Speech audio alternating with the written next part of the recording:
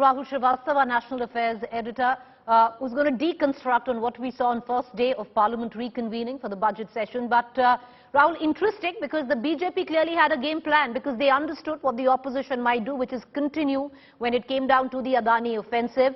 They preempted it and turned it around and mounted their counter-offensive on Rahul Gandhi, apologizing on the floor of the Parliament regarding on his remarks abroad. Precisely, Preeti.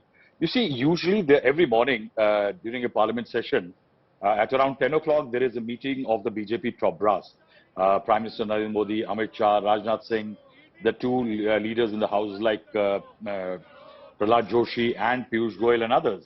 Now, in this meeting, the day's strategy is chalked out. Now, just when this meeting was happening, the MPs had started rolling in, and few ministers and MPs had already issued a statement that there should be an apology from Rahul Gandhi. There were 4 to 5 MPs already protesting outside, demanding an apology from Rahul Gandhi. And then, in this meeting, usually, Preeti, what happens is that it is decided whether the MPs of the BJP or the government will come out with firearms or flowers. Now, the intent was made very clear when Rajnath Singh at exactly 11:03.33, at 3 minutes past 11, through a special permission by the chair, rose to speak up. Now, the choice of what they wanted to raise comes second. I think the person they chose was Rajnath Singh. That's a very interesting choice. Rajnath Singh is seen as somebody who has got better relationship, somebody in the government who's got better relationship with the opposition. He has not burnt his bridges. Never, usually you will not find him attacking Congress or leaders, launching personal attacks. Rajnath Singh was chosen for this because he also happens to be the second number 2 in the government. And Rajnath Singh turned what is the shades of minutes of grey into black and white. Rahul Gandhi insulted when he said that he did X and Y, Z. That was a preemptive strike. Very clearly, it was a preemptive strike because just barely minutes before that, 16 political parties in the opposition had met with Mr. Mallikarjun Kharge leading the meeting and decided to attack the government on Hindenburg report and the Adani issue.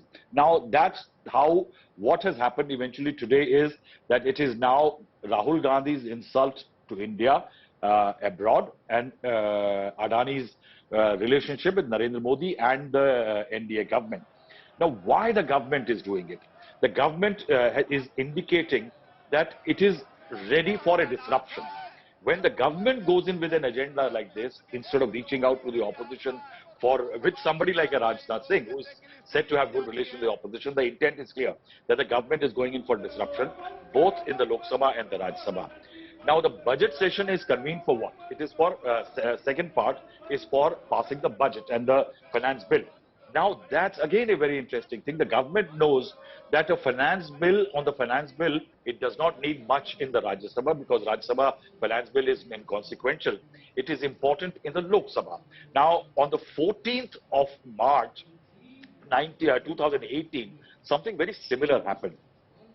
The opposition was on the warpath and was attacking the government. And at that time, the finance bill, along with 218 amendments, was passed without a debate. There was absolutely no debate. And Sumitra Mahajan used a special provision of bulletin to actually get the finance bill passed without a budget. The government knows that if it needs to, if push comes to shove and there is continuous disruption, it can pass the finance bill and eventually the House can be called out.